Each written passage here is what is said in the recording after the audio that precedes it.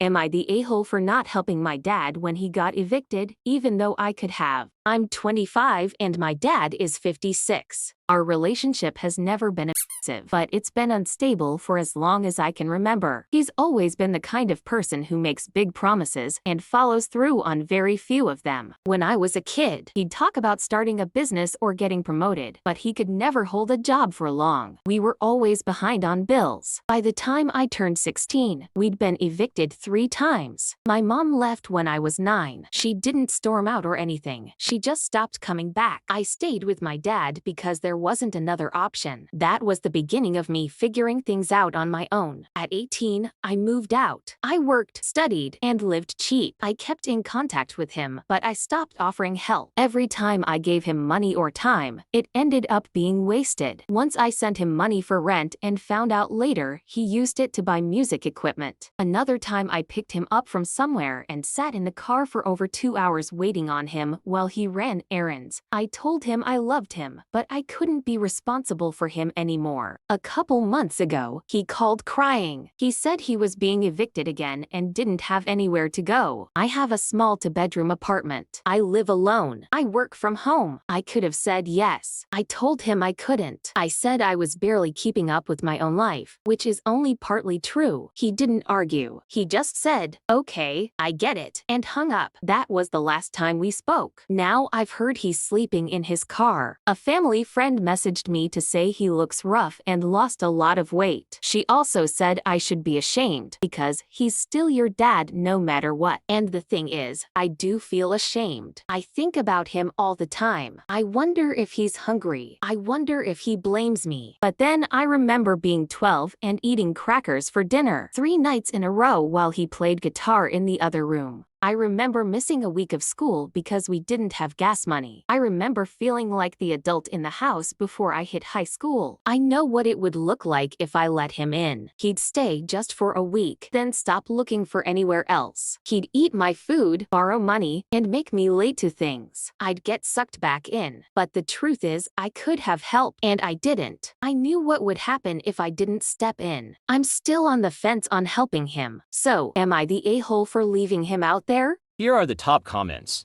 Not the a-hole. The premise of your logic is wrong. I could have helped him. Wrong. You could have enabled him, and that's not help. Not the a-hole. I worked with the homeless for years and also helped with family reconnection. It isn't your job to fix his life. If you want to be a supportive kid who stays in contact but still has boundaries, arrange to meet him regularly, once a month on the first Monday, every Friday, whatever works for you. Meet him at a hearty family restaurant where you can buy him a good meal and send him away with some leftovers, but where he'll be allowed in if his hygiene is shady. You can have a decent visit, but in public, so he has to rein in his nonsense.